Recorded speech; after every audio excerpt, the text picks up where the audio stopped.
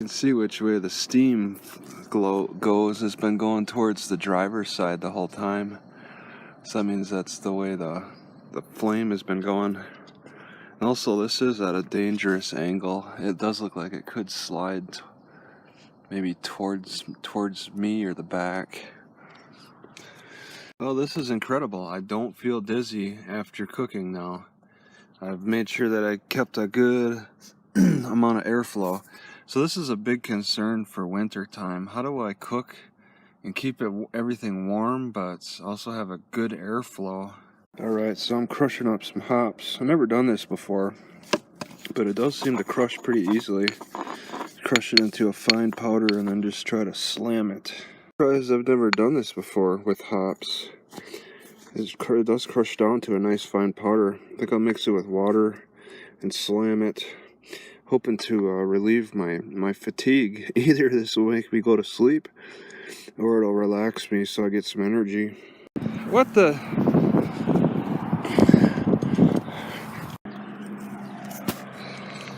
Alright, nice display there.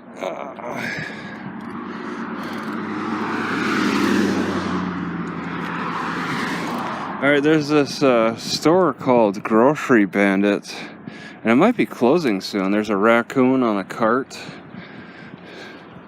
just over here.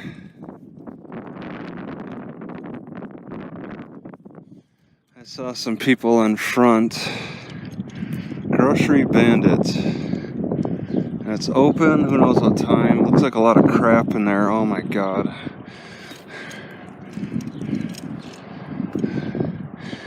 It's curious. Take a peek at the Wilco. Oops.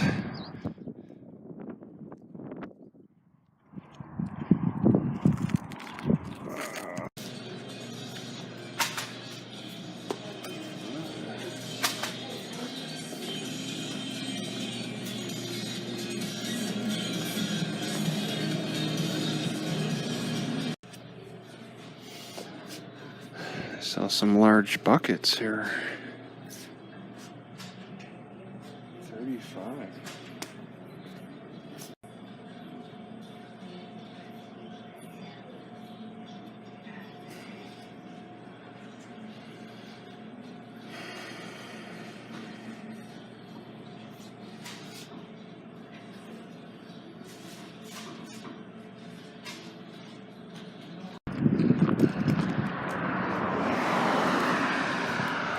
Looks like they work out of that office.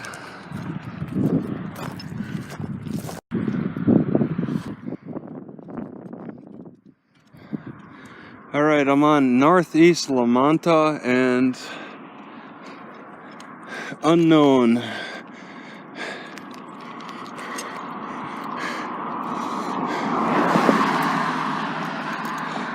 It's kind of a busy highway. So they collect woodworking stuff here. That's what these cars are designed for. A mobile boiler. I think they're installed. No, it's mobile. Why would they install it? Just a temporary setup. A boiler. They gotta boil something. Water?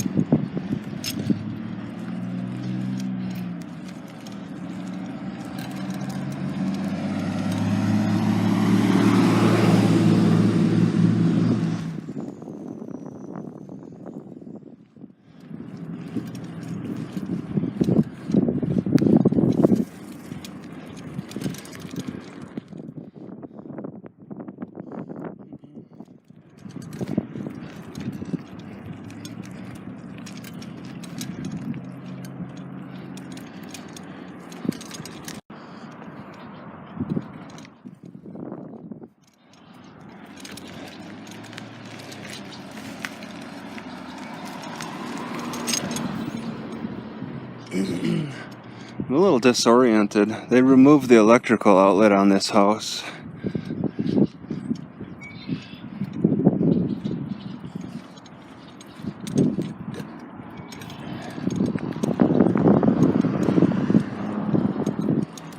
I keep checking the Boise County Sheriff's Department, and they have not gotten rid of all the scum, only the one on camera. I have to admit, I find this kind of amusing. I can park behind the Safeway, and then there's this nice long sidewalk to go to the front. It's very peaceful, but it is a Sunday morning. There's some kind of a freak cloud around here. It's all sunny around, but this one cloud is just thick with rain. And it's just one small cloud that just seems to have come over this spot. I bet if I went maybe less than a mile down, are those two horses in the back of that truck? Wow. Right, so in general, when I seal up my car, close all the windows, I get breathing problems. Like my breath pattern falls out of place and I'm unable to breathe properly. And when I cook in my car with the propane, I'll get dizzy and also kind of breathing problems. So it's an issue with having to be safe with cooking, and then, well, just needing to clean out the car, but ultimately maintaining good air circulation within the car. Of course Mexicans will be doing this. Did it show anything? Oh, there's some Mexicans over there looking around the fence and looking inside. I think they're drinking too.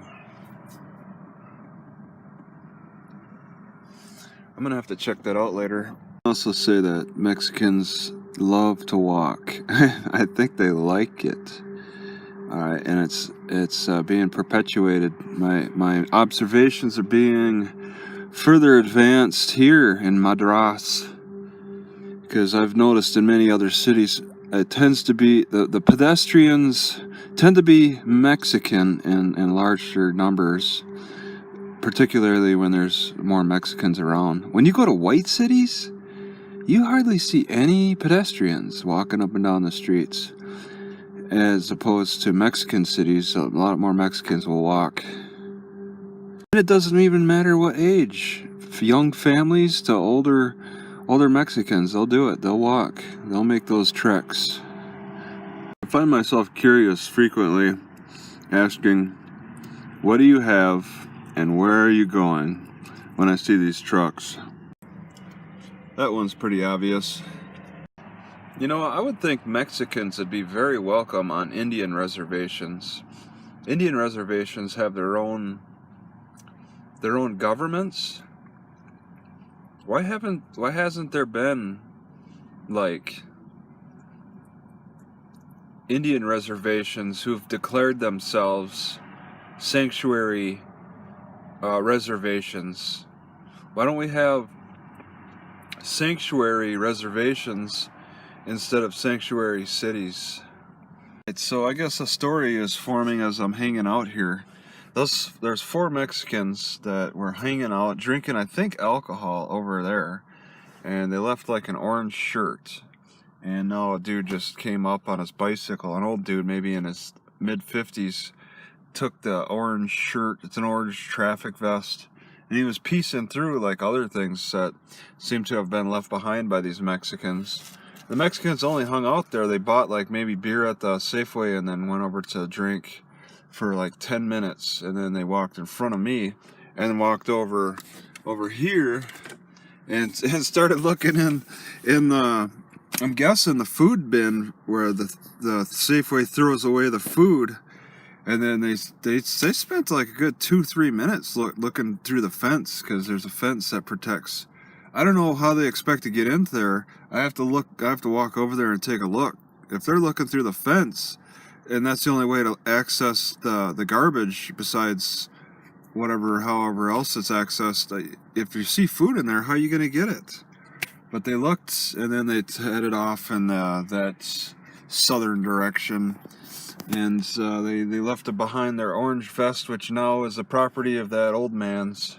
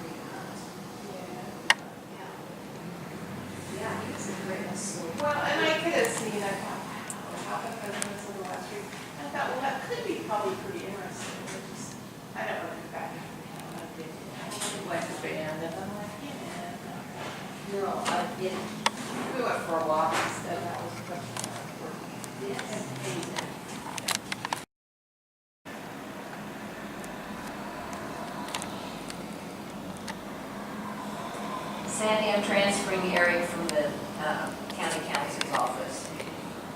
Your little friend, yeah. Is your cable for the cameras? I don't know. He said,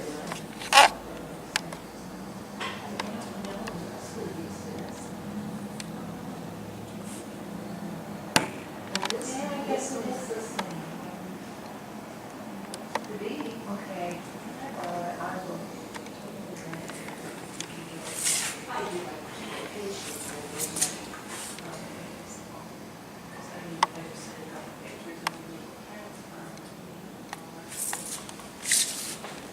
It's okay. It's fine. Did she do it back there? What was she doing? Oh, maybe she doesn't use this. Usually when I use it, I just need mine plugged into the tower and it's always here. because that makes sense, Yeah. because that's where it's at, and it's a good idea that we have it this much.